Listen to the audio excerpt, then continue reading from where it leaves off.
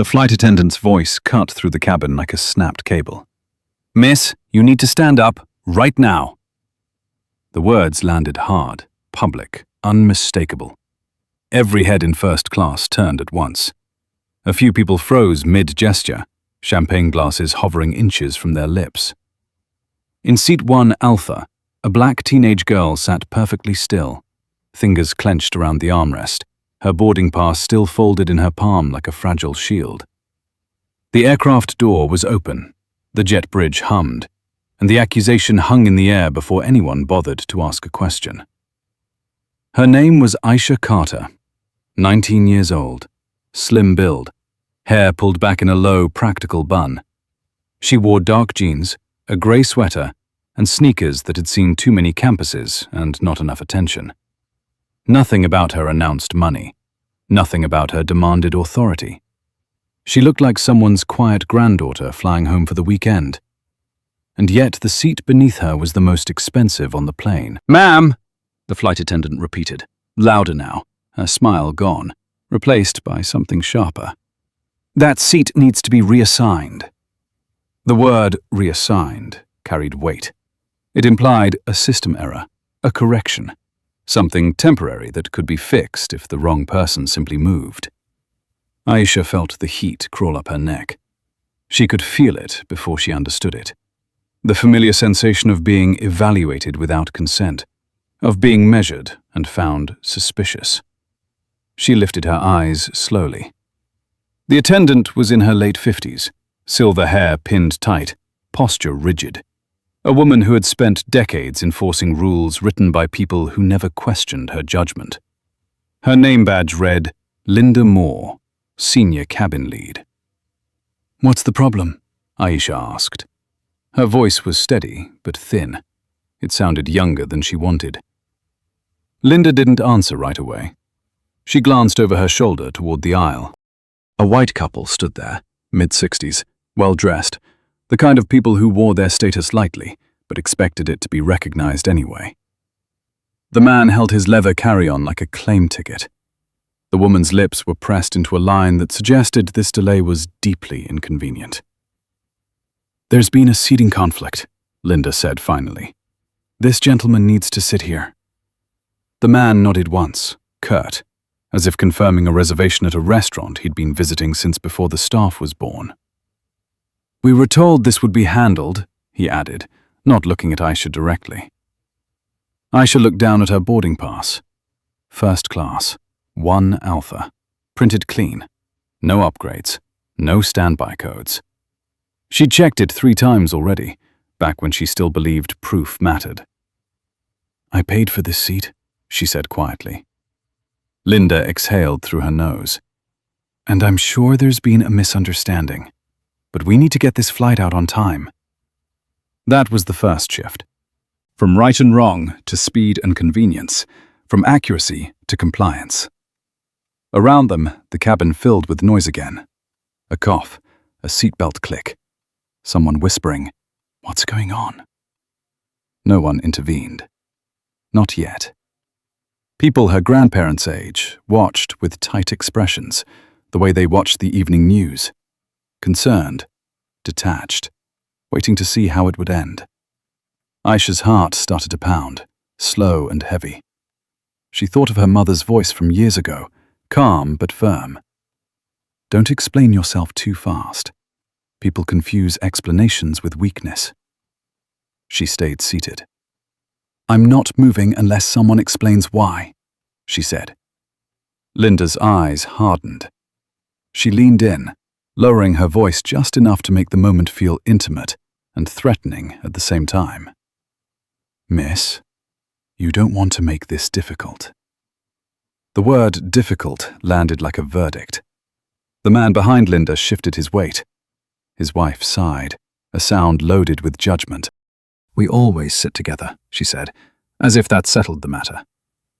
"We were bumped because of some system issue. Surely the airline can fix that." Aisha felt the injustice crystallize. Not loud, not dramatic, just heavy.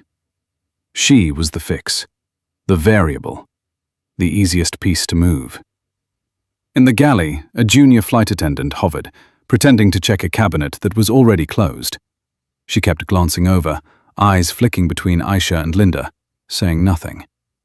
Silence, Aisha knew, was a language all its own. "Ma'am," Linda said again, straightening now, reclaiming the full authority of her uniform. "I need you to step out of the seat so we can resolve this." Aisha looked past her, through the narrow aisle, toward the open door. The sky outside was pale, ordinary. She imagined walking back up the jet bridge, surrounded by strangers pretending not to stare. She imagined the story being simplified. Disruptive passenger, failure to comply, removed for safety. She swallowed. "No," she said, cowed this time. The word dropped like a stone. For a fraction of a second, no one moved. Linda blinked. The man's eyebrows lifted in surprise, then irritation. The wife's mouth opened, then closed. Somewhere behind them, a phone camera tilted upward. Linda turned sharply and signaled toward the cockpit. "Captain," she said into her intercom, her tone clipped. "I need assistance in first class." Aisha's pulse spiked. This was the point of no return. She could feel it in the way the air tightened, in the way Linda no longer spoke to her, but about her. The captain arrived 2 minutes later. Broad shoulders, late 50s, a man who looked like he'd flown through storms most people never knew existed. He listened while Linda spoke quickly, efficiently, framing the situation as an obstruction, a delay, a young passenger refusing a reasonable request. He looked at Aisha for the first time then, really looked. Took in her age, her clothes, her posture, the way she was trying very hard not to tremble. "Miss," he said, measured, "my lead tells me you're refusing to cooperate." Aisha met his gaze. Her eyes burned, but she held them steady. "I'm sitting in the seat I paid for." The captain frowned slightly. "Sometimes we need flexibility to resolve conflicts." There it was again. Flexibility. Always asked of the same people. Aisha felt something shift inside her. Not courage. Something colder. Resolve, sharpened by years of watching adults negotiate her presence like a problem. "Before anything else happens," she said, voice low but clear, "I need to make a phone call." Linda scoffed. "That won't change anything." Aisha didn't look at her. She was already pulling her phone from her pocket. Her hands shook now, but she didn't stop. She stepped into the galley, the narrow space smelling faintly of coffee and metal, and dialed a number she'd memorized long before she understood why it mattered. The line rang once. "Dad," she said when he answered. "They're trying to take my seat." On the other end of the line, in an office miles away, a man who ran an airline closed his eyes. The man on the other end of the line did not raise his voice. He did not interrupt. He did not ask questions that wasted time. He listened in silence, the kind that pressed down harder than shouting ever could. In the galley, Aisha leaned against the counter, the metal cool through her sweater, her breath shallow. Around her, the plane felt suddenly smaller, too tight, too exposed. "Where are you right now?" her father asked. "Front galley," she said. "Doors still open." Another pause. She could picture him exactly.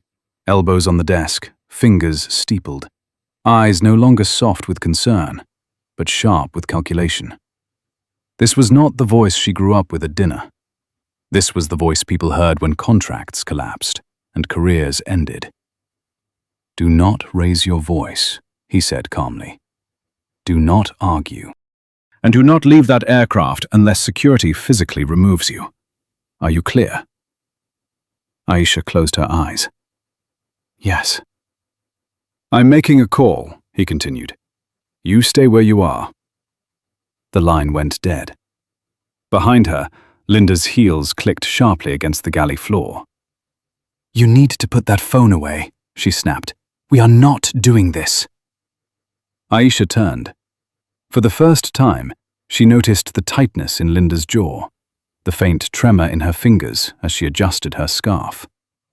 Authority, she realized, was already starting to crack. It always did when it met resistance it hadn't planned for. "I'm done calling," Aisha said. "I'm going back to my seat." Linda stepped into her path. "No, you are not. The captain has made his position clear." Aisha didn't respond. She slipped past her, careful not to touch, every step deliberate. The aisle felt longer now. Eyes followed her, some curious, some annoyed. One woman across the aisle gave her a look that hovered somewhere between pity and fear, as if watching someone else step onto thin ice. When Aisha reached 1 Alpha again, the man who wanted her seat was already half standing, jacket folded over his arm, as if the outcome were inevitable. He stopped when he saw her. "This is getting ridiculous," he said, finally looking at her directly. His eyes were pale, practiced. "Young lady, we've flown this airline for decades." Aisha didn't sit down yet. She stayed standing, hands at her sides, grounding herself in the feel of the carpet beneath her feet. "Then you should know better than to ask someone to give up a seat they paid for." The woman beside him inhaled sharply. "Excuse me?" "I'm not the problem," Aisha said, her voice stronger now, steadier. "And I'm done being treated like I am." The captain reappeared, his expression tight. "Miss, we don't have time for this." Aisha turned to him. "With respect, sir, you haven't checked my ticket." A flicker of irritation crossed his face. "I trust my crew." "That trust," Aisha said, "is about to cost you more time than checking a boarding pass would." Silence fell again. Thick, uncomfortable. The kind that makes people shift in their seats and glance at their watches. Somewhere near row 2, a man in a tweed jacket cleared his throat. "Captain," he said cautiously, "maybe you should just verify it? Wouldn't hurt." The captain shot him a look. The man immediately looked away. Linda stepped forward. "We are not negotiating with passengers," she said. "This is a security matter now." Aisha felt a chill. There it was, the word security. The moment where inconvenience transformed into threat. "Is she being aggressive?" a voice asked from farther back. A woman, late 70s maybe, sharp eyes. "Because all I see is a girl standing her ground." Linda ignored her. The captain exhaled, visibly restraining his temper. "Miss, last chance. Take the seat we're offering, or we escalate." Aisha sat down.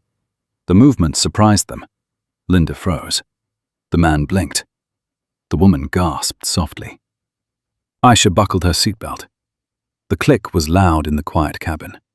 Final, defiant. Her hands were shaking now, but she didn't hide them. "I'm not escalating anything," she said. "You are." The captain stared at her for a long moment. Something unreadable moved behind his eyes. Then he turned away abruptly. "Linda," he said, "call ground. We're holding." A murmur rippled through the cabin. A delay. People checked phones. Someone cursed under their breath. In the galley, Linda grabbed the intercom phone with more force than necessary. Her voice dropped as she spoke to operations, words clipped, defensive. Aisha watched her reflection in the polished metal panel. The woman looked smaller now, taut, afraid. Minutes passed. 5, then 10. Outside, footsteps echoed on the jet bridge. Fast, purposeful. The cockpit door opened again, but this time it wasn't the captain who emerged first. It was a woman, in a navy blazer, silver hair cut sharp at the jaw, eyes alert and furious. She moved like someone used to being obeyed without raising her voice. Behind her trailed a younger man, with a tablet pressed to his chest, face pale. The cabin stilled instantly. "Captain Reynolds," the woman said, not unkindly but without warmth.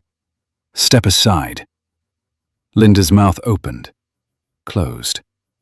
The woman's gaze swept the cabin, cataloguing faces, postures, power dynamics in a single breath. Then it landed on Aisha, and everything changed. Her expression shifted. Not shock, recognition. "Miss Carter," she said, approaching 1 Alpha slowly. "I'm Elaine Brooks, Regional Director of Operations." Aisha stood again, heart hammering. "I need you to stay seated," Elaine said gently. "You've done nothing wrong." Linda stiffened. "Elaine, this situation is handled," Elaine cut in. Her voice was calm, deadly, by someone above all of us. The man who wanted the seat went pale. "Now, wait just a minute." Elaine turned to him.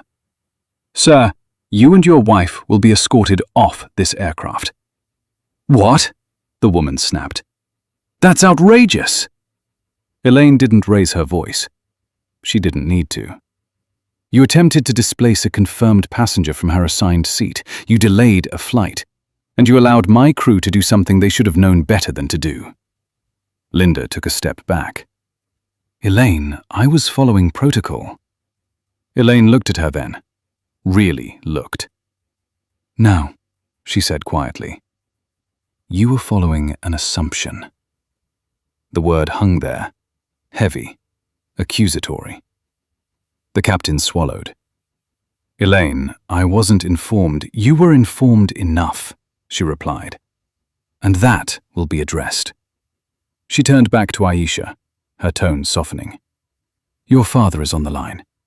He asked me to make sure you're all right." Aisha's breath caught. Around her, the cabin erupted in whispers.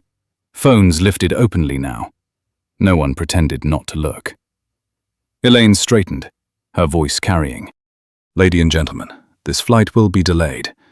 We are replacing the cabin crew and reviewing the actions taken here. Thank you for your patience." She didn't apologize. She didn't explain further. She didn't have to. Linda stood frozen, face drained of color. The captain stared at the floor. Aisha sat back down slowly. Her legs felt weak. Her chest ached. This wasn't victory. It felt like aftermath. As Elaine walked away to make another call, Aisha stared at the empty space beside her where entitlement had expected to land. The plane had not moved, but the ground beneath it had shifted. The delay stretched. Not the restless kind, filled with groans and complaints, but a stunned, suspended quiet, as if the cabin itself were holding its breath. People checked their watches without really seeing the time. A few lowered their phones, suddenly unsure whether recording was appropriate now that consequences had arrived. Linda was the first to move. Or rather, she was told to. "Badge!" Elaine said from the galley, her back straight, her voice even. Not loud, not angry, just final. Linda stared at her, blinking rapidly. "Elaine, I've given this airline 27 years. "And today," Elaine replied without turning, "you gave it a liability." Linda's hand went to her lanyard automatically, fingers fumbling as if they no longer trusted her own coordination. The plastic badge slid free with a soft snap. The sound felt obscenely loud. She placed it in Elaine's open palm, her shoulders sagging the instant it left her hand, as if the weight of her authority had been holding her upright all along. The junior attendant followed, eyes down, jaw tight. Neither of them spoke. They were escorted toward the door, not by security, but by procedure. Somehow, that made it worse. The captain lingered.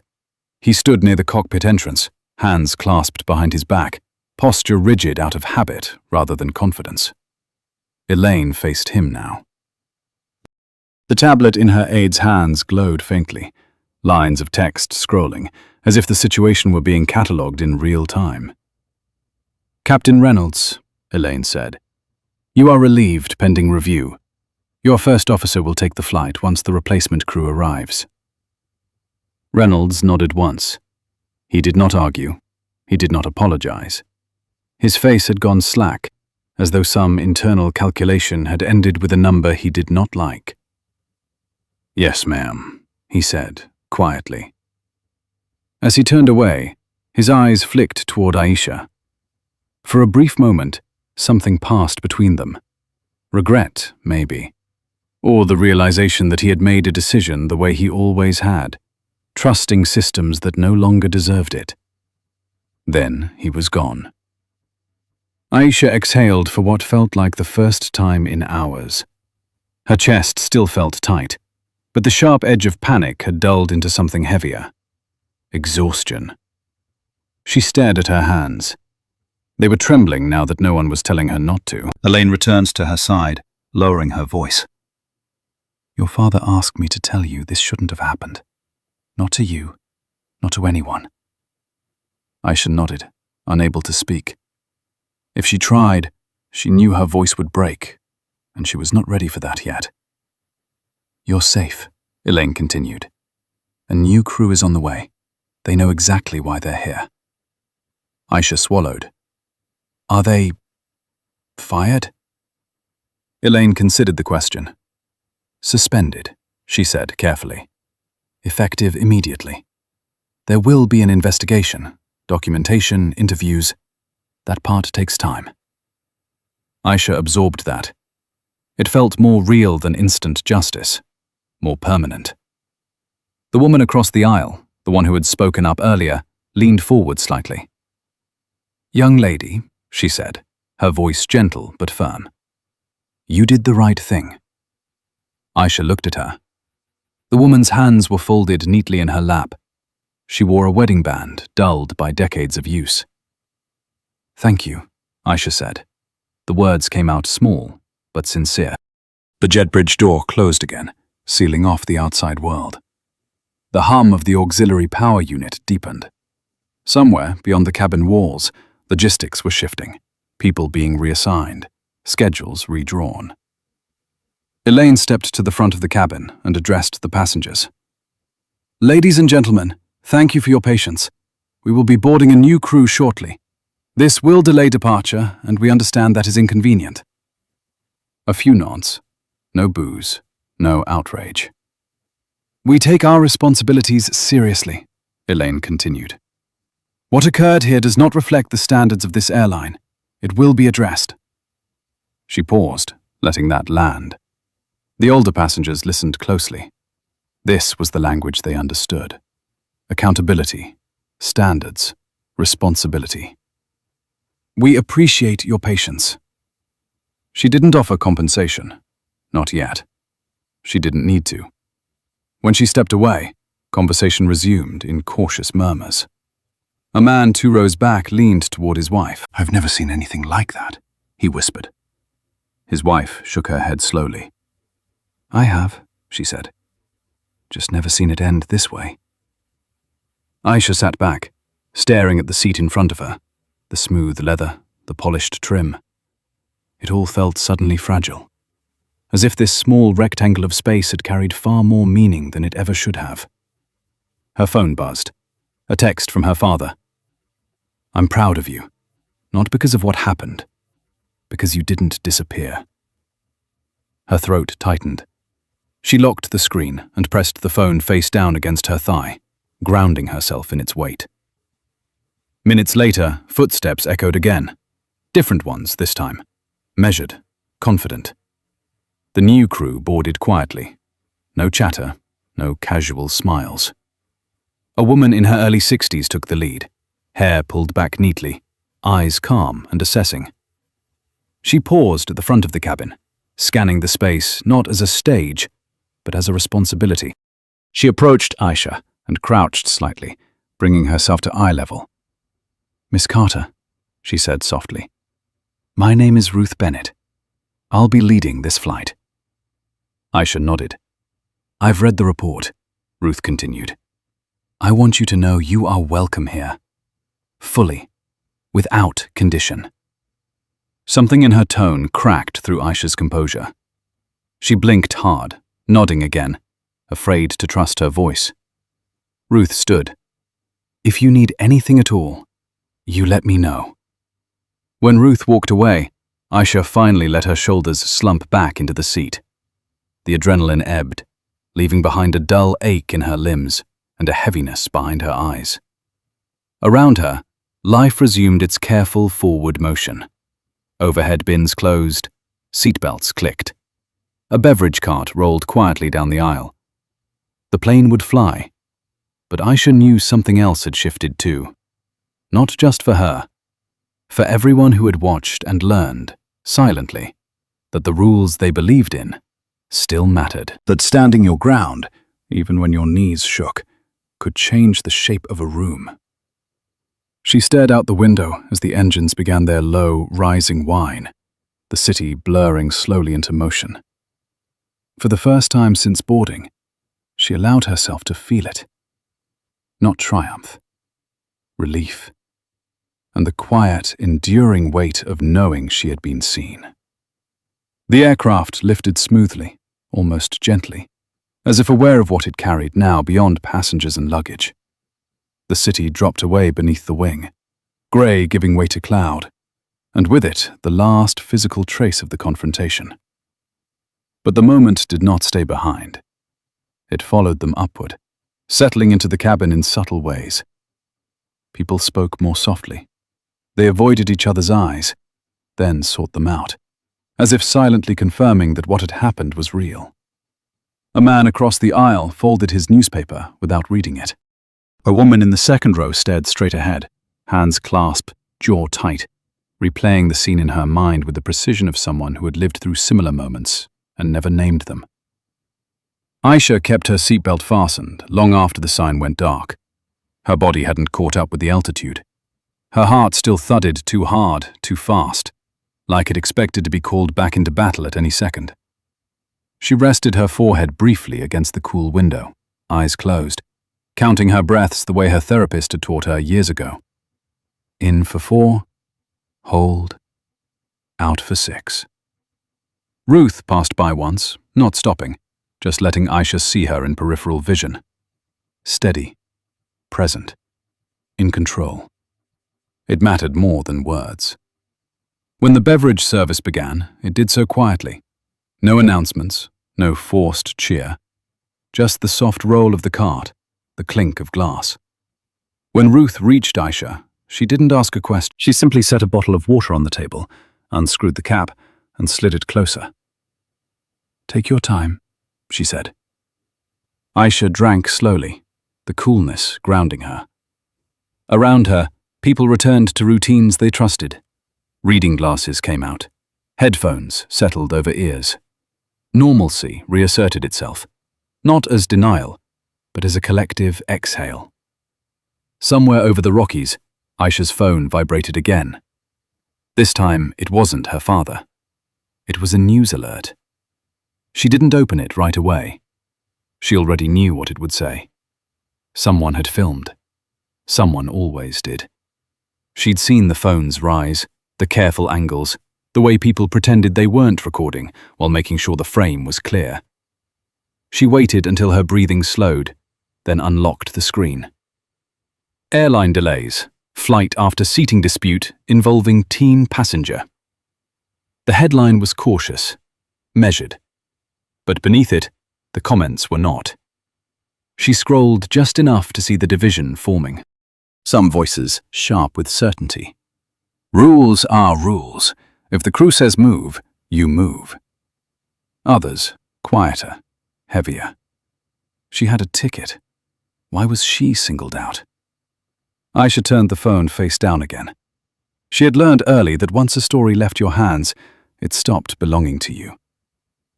In the galley, Ruth spoke in low tones with the other attendants. They moved with purpose, not fear, but awareness. Every action now carried weight.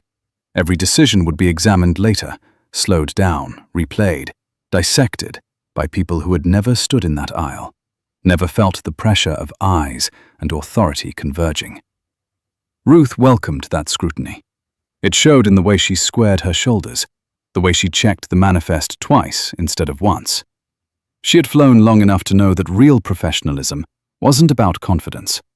It was about humility.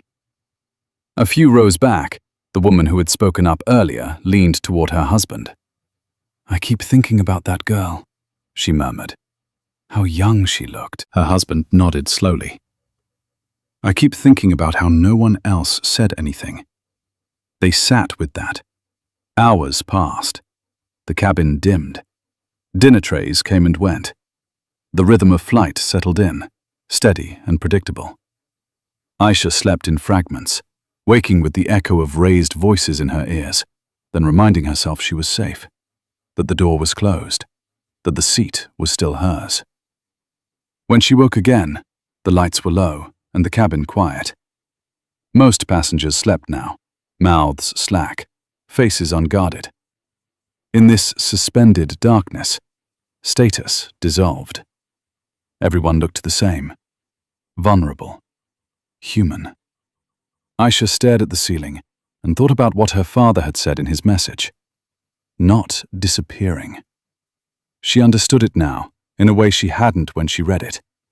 This hadn't been about winning.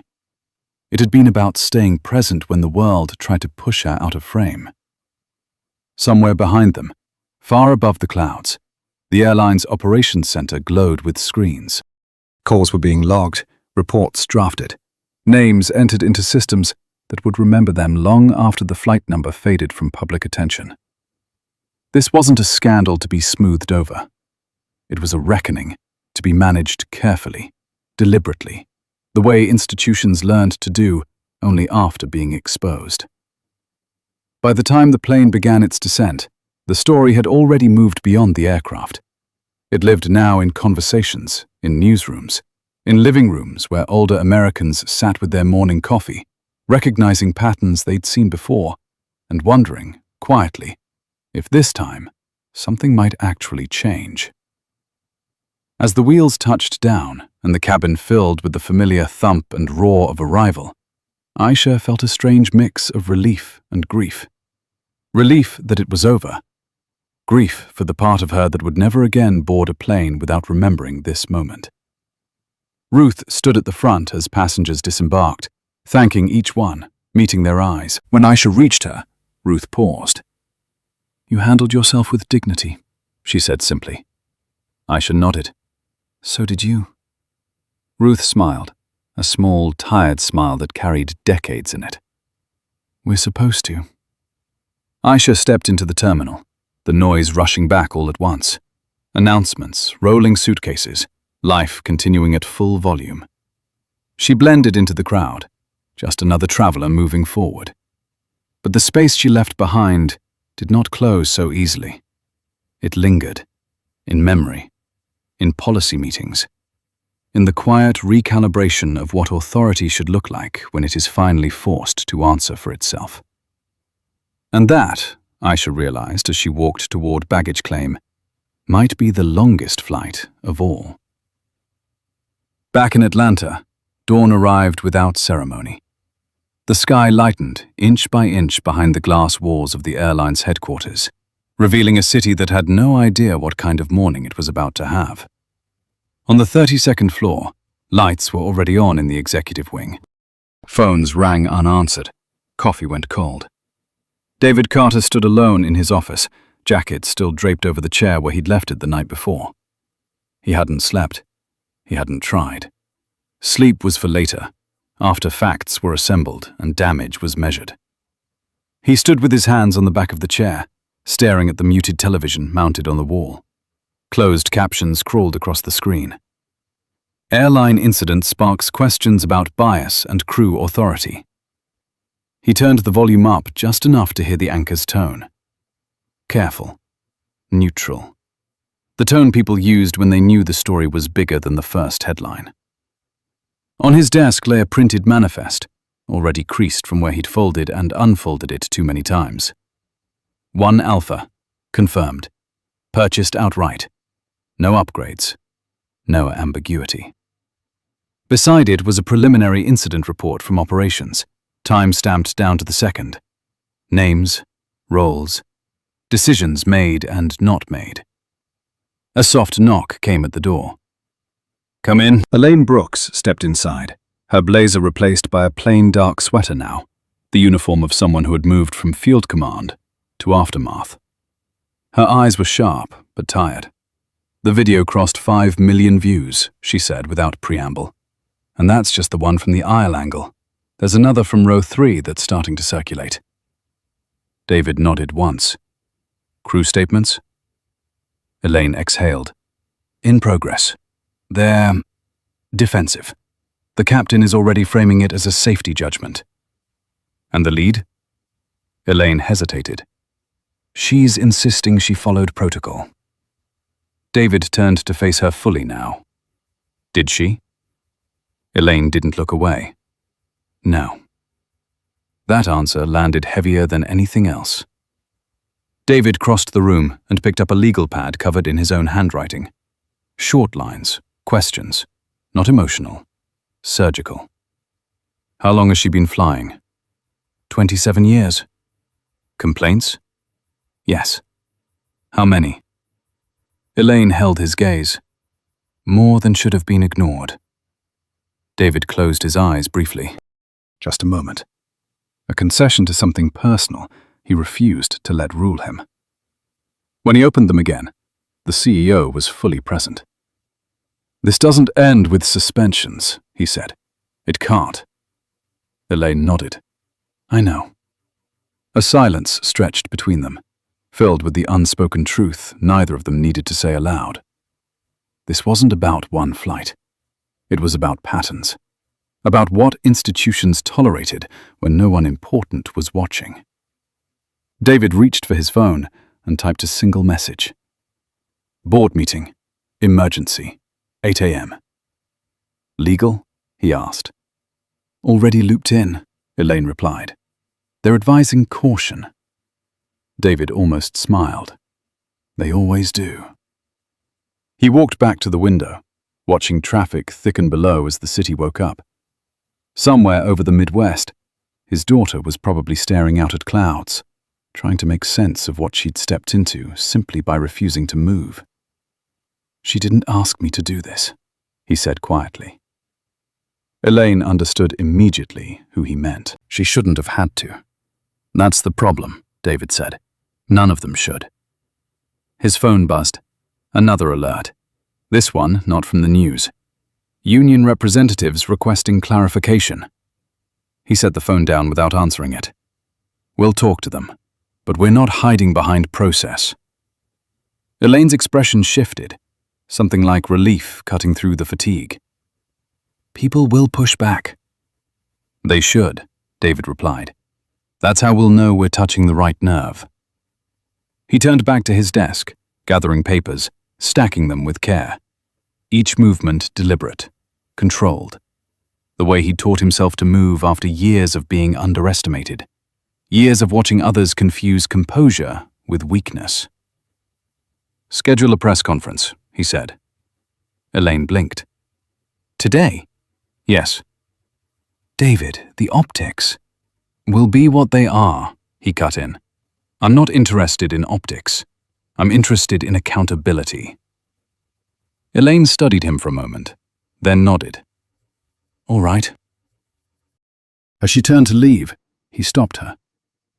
Elaine. She looked back. Thank you, he said. Not for doing her job, for standing where she had stood. Elaine inclined her head slightly, accepting it for what it was. Then she was gone, the door closing softly behind her. David sat down at his desk for the first time that morning. He opened a fresh document on his computer. No speechwriters, no talking points, just words. He began to type. At 30,000 feet, Aisha watched the coastline slide into view. The sun was higher now, the light sharper. She felt older than she had yesterday. Not wiser, just heavier. Her phone buzzed again. A message from an unknown number. This is Ruth. We landed. Thank you for trusting us. Aisha stared at it, then typed back. Thank you for seeing me. She put the phone away as the plane began its final descent, the ground rising to meet them. Whatever waited on the other side of those doors, she knew one thing now with absolute certainty. She had not imagined any of it. And neither had the world. Because sometimes, when the right person refuses to disappear, the story doesn't end when the plane lands. Sometimes, that's when it finally begins. By the time the press conference began, the room was already too small. Cameras crowded the back wall. Reporters stood shoulder to shoulder, notebooks pressed to their chests, voices low, but charged. This was not breaking news anymore. It was a reckoning in progress. The kind older Americans recognized immediately. The kind that had names in history books long before it had hashtags. David Carter stepped to the podium without waiting for an introduction. No dramatic entrance, no practiced smile. He looked exactly like what he was, a man who had spent the night reading reports about his own company and had not liked what he found. He adjusted the microphone once. Then he began. Yesterday evening, he said, voice steady, unadorned, a 19-year-old passenger on one of our aircraft was asked to surrender her assigned seat under threat of removal. A pause. Not for effect, for control. That passenger was my daughter. The room shifted. A ripple moved through the press corps, chairs creaking, pens freezing mid-sentence. Someone inhaled sharply. She did not tell me to intervene, David continued. She did not ask for special treatment. She asked for something far more basic, to remain where she had lawfully paid to sit. He looked directly into the cameras now, not scanning, fixing. What happened next was not a misunderstanding. It was not a momentary lapse. It was a failure of judgment, compounded by a failure of culture. A reporter raised a hand. David ignored it. I have reviewed the footage. I have read the incident logs. I have examined the personnel records involved. And I am here to tell you this clearly. The actions taken by that crew were wrong. He folded his hands on the podium, fingers interlaced. As of this morning, the lead cabin attendant and the captain involved have been suspended pending formal termination review. They will not return to duty while that process is underway. The room erupted then, questions overlapping, voices sharp. David waited. Let them burn themselves out.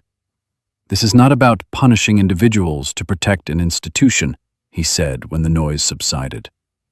This is about confronting an institution that protected individuals at the expense of passengers for far too long. Someone called out, "Are you saying this was racial bias?" David did not flinch. I am saying that when a young black woman is singled out as the solution to someone else's inconvenience without her ticket ever being questioned, we have to stop pretending bias is theoretical. That landed hard. He continued, effective immediately, we are instituting mandatory retraining for all flight and ground crew focused on authority limits, de-escalation, and bias recognition. Not as a seminar, as a requirement for continued employment. Another hand shot up.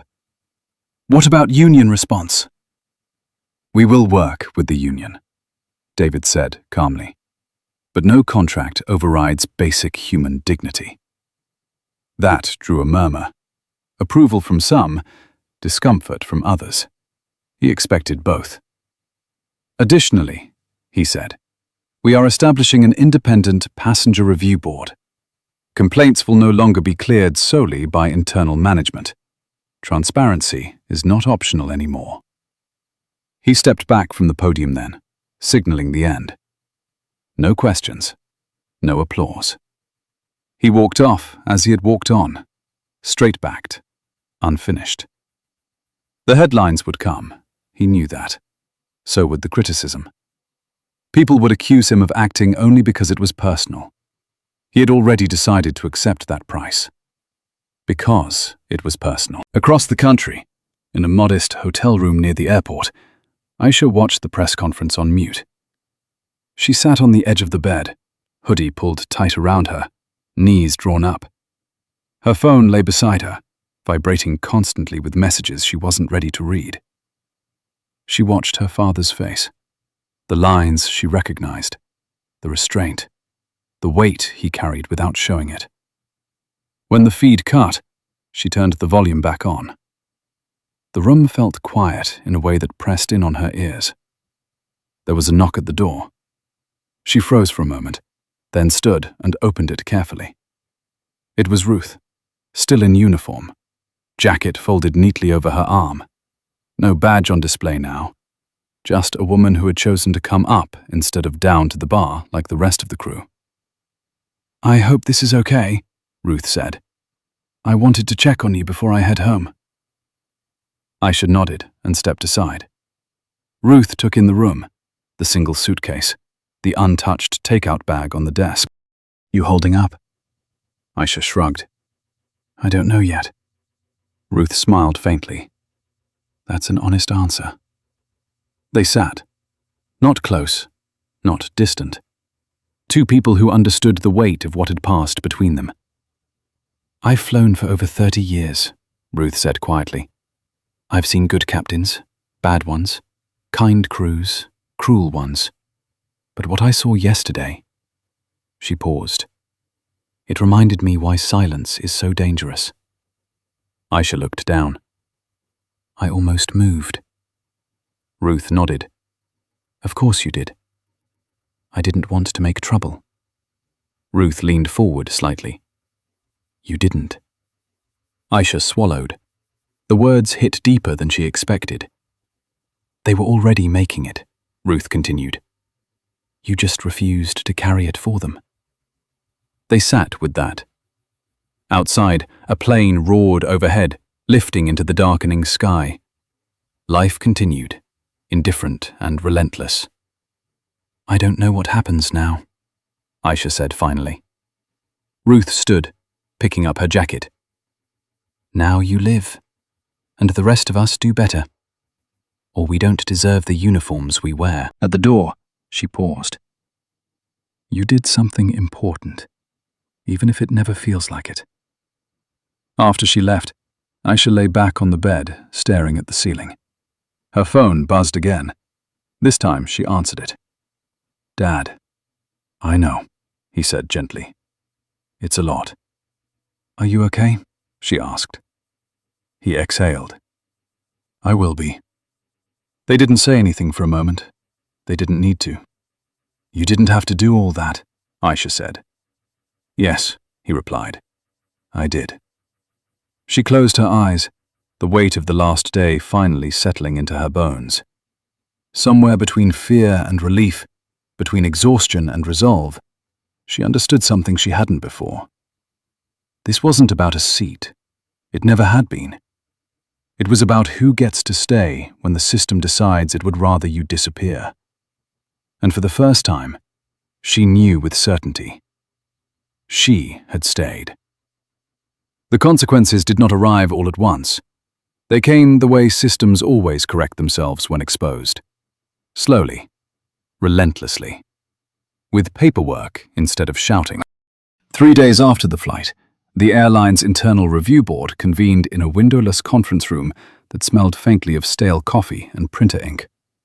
No cameras, no speeches, just binders, transcripts, and the quiet authority of procedure finally doing its job. Linda Moore sat at the end of the table, hands folded, posture rigid out of habit. Without her uniform, she looked smaller, older. Her silver hair, once immaculate, was pulled back hastily, as if she hadn't trusted herself with a mirror that morning. Across from her sat 2 senior compliance officers and a union representative who had stopped making eye contact halfway through the opening statements. The video played again. No sound, just images.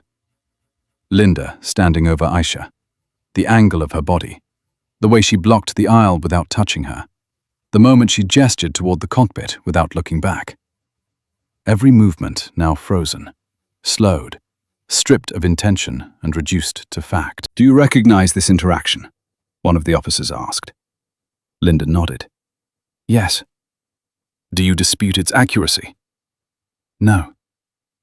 They moved through the timeline carefully, minute by minute, decision by decision. Each question surgical, impossible to deflect. Did you verify the passenger's ticket before instructing her to move? No. Did you consider ultimate resolutions? No. Why not? Linda hesitated. Her jaw tightened. Because I believed the situation needed to be resolved quickly. The officer leaned back. At whose expense? Linda didn't answer. When the meeting ended, she was handed a formal notice. Suspension without pay, pending termination review for misconduct and violation of passenger rights. Her union representative said nothing as she signed. There was nothing left to negotiate. Down the hall, in a separate room, Captain Reynolds faced his own reckoning. His posture was straighter, his voice calmer. He spoke the language of authority fluently, citing years of experience, safety priorities, operational pressure. But the board chair, a retired pilot with decades in the cockpit, and none of his tolerance for excuses, stopped him midway. You made a decision based on incomplete information, she said. And when given the opportunity to verify, you chose not to. I trusted my lead, Reynolds replied. That trust does not absolve responsibility, she said evenly, especially when it's exercised downward. His file lay open on the table. Not just this incident. Patterns, prior reports, notes from first officers who had requested reassignment quietly over the years. Not insubordination, discomfort. By the end of the session, his license status was under review. Not revoked, not yet, but grounded indefinitely pending further evaluation. For a man who had defined himself by altitude and control, the word landed heavier than any sentence. Outside the building, the world was already moving on. Headlines shifted, new outrages surfaced, but some stories stayed alive in smaller spaces, in church basements and diners, in living rooms where older Americans sat with folded newspapers and remembered their own moments of being told to step aside.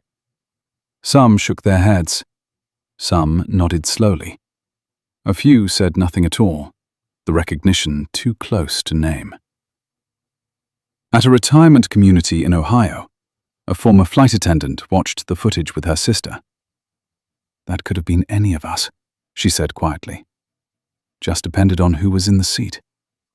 Her sister nodded. I'm glad the girl didn't move. So am I, the woman replied. But I wish she hadn't had to be brave. Aisha felt the aftershocks in more subtle ways. Her inbox filled with messages from strangers, some supportive, some angry, a few confused. She read none of them all the way through. Her father had warned her gently, You don't owe the world access to you just because it's curious. She returned to class the following week, sat in the same lecture hall, took the same notes, answered the same questions. Professors looked at her a second longer than usual, unsure whether to acknowledge what they knew had happened. Most chose not to. She was grateful. One afternoon, an older man approached her after a seminar. Grey hair, soft voice, a visiting lecturer. I saw what happened, he said simply. I was on a plane once where something similar happened to a young man. Decades ago. No one spoke then. Aisha met his eyes. Did it change anything? He considered that. Not then, he said. But maybe now. That night, she called her father. They're still talking about it, she said. I don't know how to feel. David listened. You don't have to feel anything in particular, he said. Time will sort it out. Did I ruin people's lives? She asked quietly. David didn't answer right away. When he did, his voice was steady. No. You revealed choices they made long before you boarded that plane. She absorbed that slowly. It didn't erase the guilt entirely, but it gave it context. Across town, Linda sat alone in her apartment, surrounded by objects that had once defined her identity. Framed commendations, a leather flight bag, a uniform she had not yet put away because she didn't know how. She replayed the moment again and again. The seat, the girl, the certainty she'd felt that she was right. Certainty, she realized now, had been her most dangerous habit. She opened her email and read the termination notice again. No malice, no condemnation. Just facts, dates, outcomes. For the first time in years, no one deferred to her judgment. In a different city, Captain Reynolds stood in his garage, staring at the nose of the small private plane he had hoped to fly again one day. The silence pressed in. He thought of the girl's eyes, calm, refusing. He had mistaken that calm for defiance. He understood now how thin the line was between command and abuse. He wished he had understood it sooner. And somewhere between these reckonings, the airline began to change. Not dramatically, not overnight, but measurably. New language entered training manuals. New protocols required ticket verification before displacement.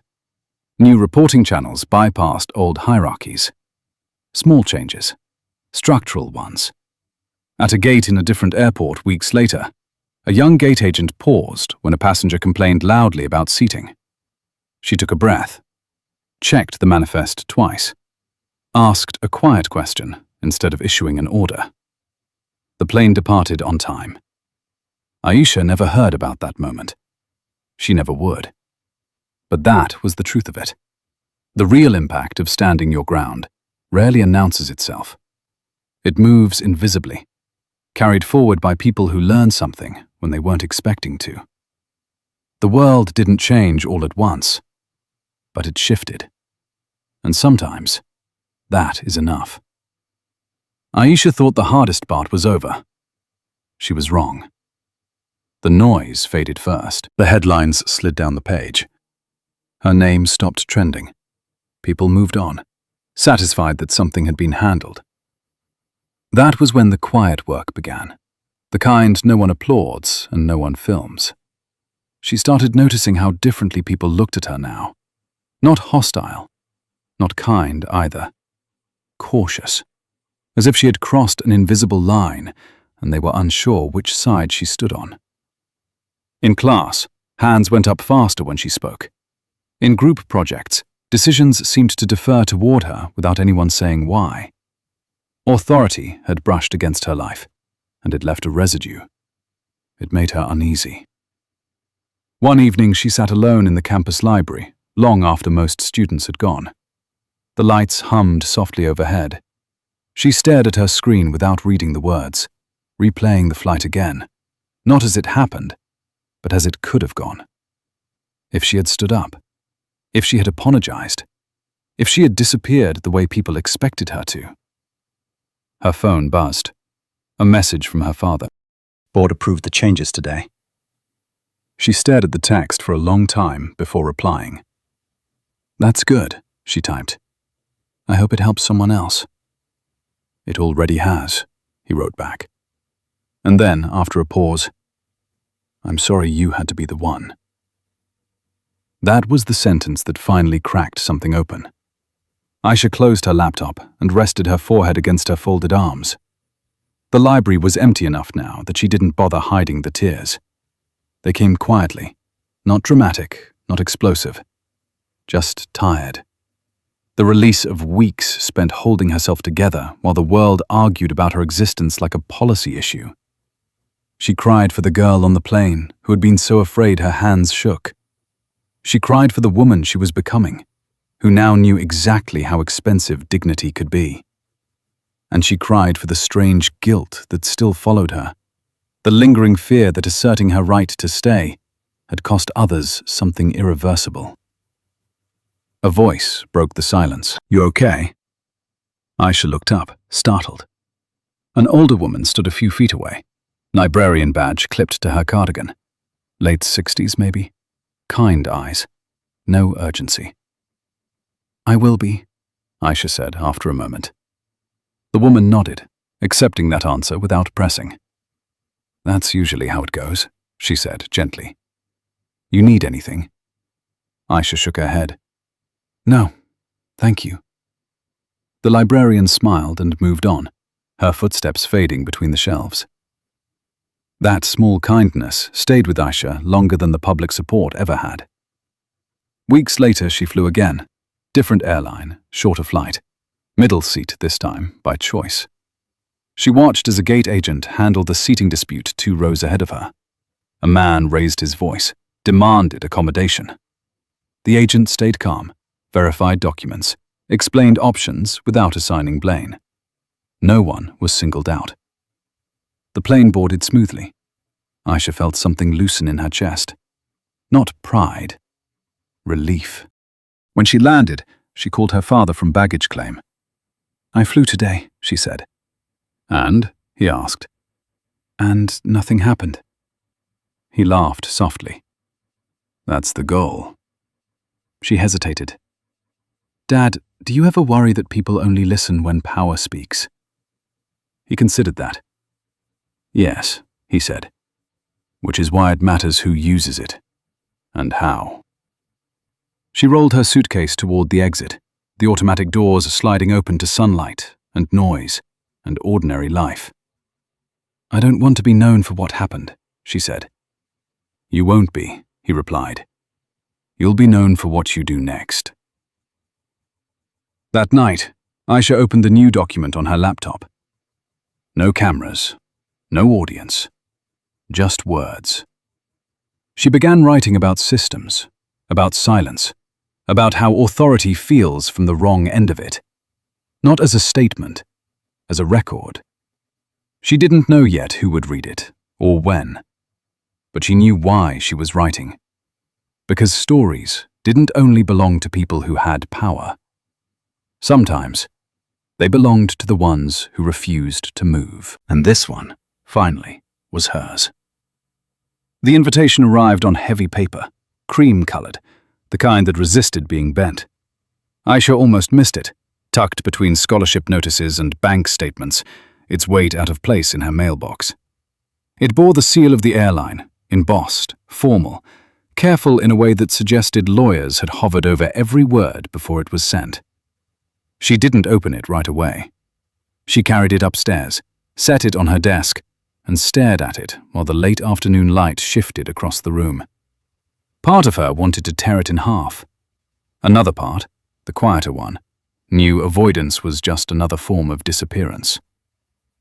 Inside was an invitation to attend a closed-door listening session. Not a panel, not a speech, a listening session. Retired pilots, senior cabin crew, long-time customers, people who had flown for decades, who remembered a time when flying meant something different. The airline wanted voices that carried memory. They wanted hers. The session was held in a modest conference room near the airport, not at headquarters. No banners, no press. Just a long table, coffee gone lukewarm, name placards written by hand. The average age in the room hovered somewhere north of 60. Grey hair, reading glasses, bodies that moved more slowly but carried history with them. Aisha took a seat near the end, feeling young in a way she hadn't since childhood. A retired pilot spoke first, his voice gravelly, unpolished. He talked about command, about how it had once meant responsibility before it meant authority. A former flight attendant followed, describing the unspoken rules she'd been taught in the 1970s, which passengers were believed, which ones were managed. No one interrupted. No one defended. They spoke as people who had outlived their illusions. When it was Aisha's turn, the room went quiet in a different way. Expectant. Respectful. She didn't talk about the flight at first. She talked about her grandmother, who had cleaned offices for years in a building she was never meant to sit in. She talked about being taught to stay polite, stay small, stay out of the way. She talked about how hard it was to unlearn that reflex when politeness became a weapon turned against you. "I didn't want to be brave," she said, hands folded tightly in her lap. I wanted to be invisible. But invisibility didn't protect me. A man across the table nodded slowly. "It never does," he said. When the session ended, there was no applause, just handshakes. Eye contact held a second longer than necessary, a shared understanding that something important had passed between them, even if it would never be televised. Outside, the airport roared on, indifferent and enormous. Planes lifted, landed. Lives intersected and separated on schedule. Aisha stood there for a moment, watching the departures board flicker. She felt older than she had months ago. Not hardened, clarified. She didn't know yet what the airline would become. Institutions changed slowly, and only when pushed again and again. But she knew this much. The story was no longer just about a seat. It was about who was heard when systems finally stopped talking and started listening. And she had spoken. The first snow of December fell the morning Aisha flew home. It wasn't heavy, just a thin, quiet dusting that softened the edges of the city, the kind of snow that didn't stop traffic, but made people drive a little slower, think a little longer. She stood at the airport window, watching flakes melt against the glass, a reflection faint and older than she remembered it being months ago. She moved through the terminal without incident. No second glances, no raised voices. Just scanners beeping, shoes on tile, the low hum of people going places for ordinary reasons. She almost laughed at how anticlimactic it felt.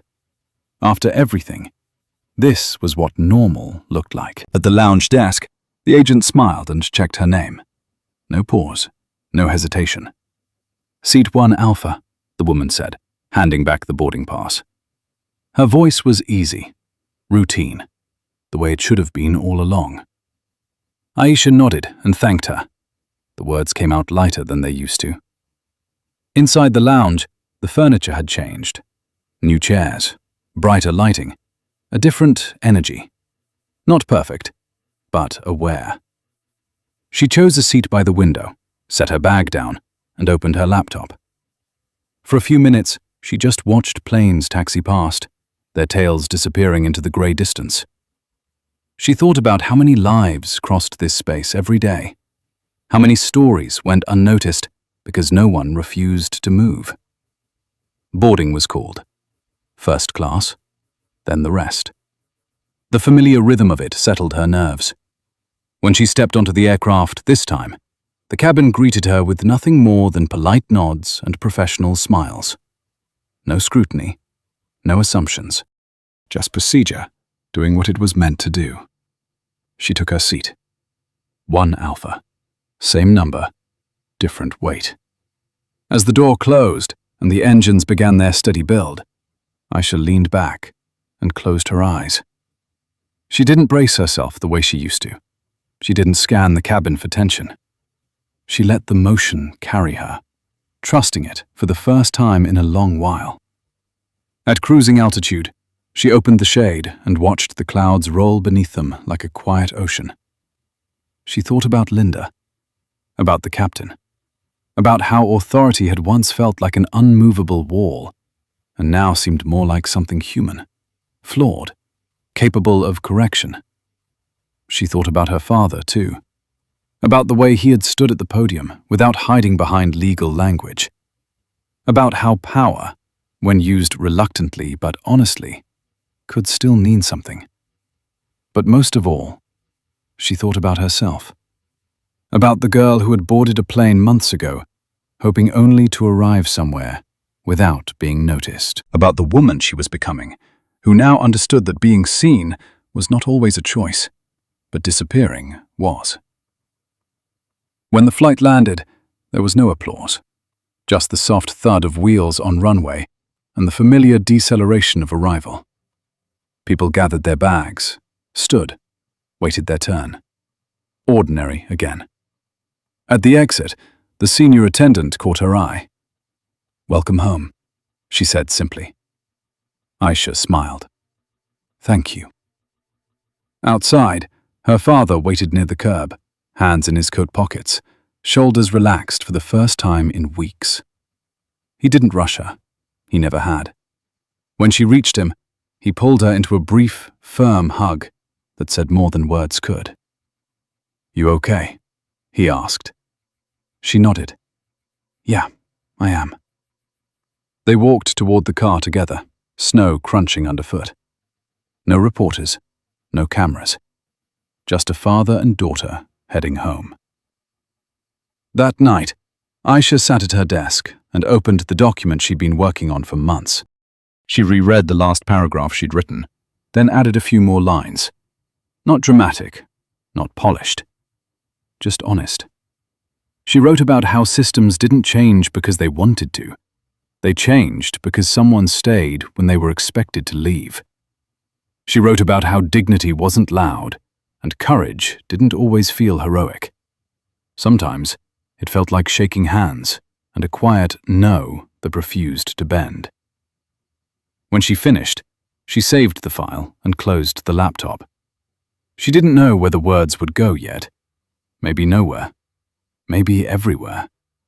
That wasn't the point. The point was that the story no longer owned her. She owned it. And somewhere, on planes she would never board, and in moments she would never witness, people would pause, verify, ask instead of assume. Not because they knew her name, but because something had shifted just enough to make them hesitate. That was enough. If this story stayed with you, show your support, hit like, subscribe for more, and comment below 3 words.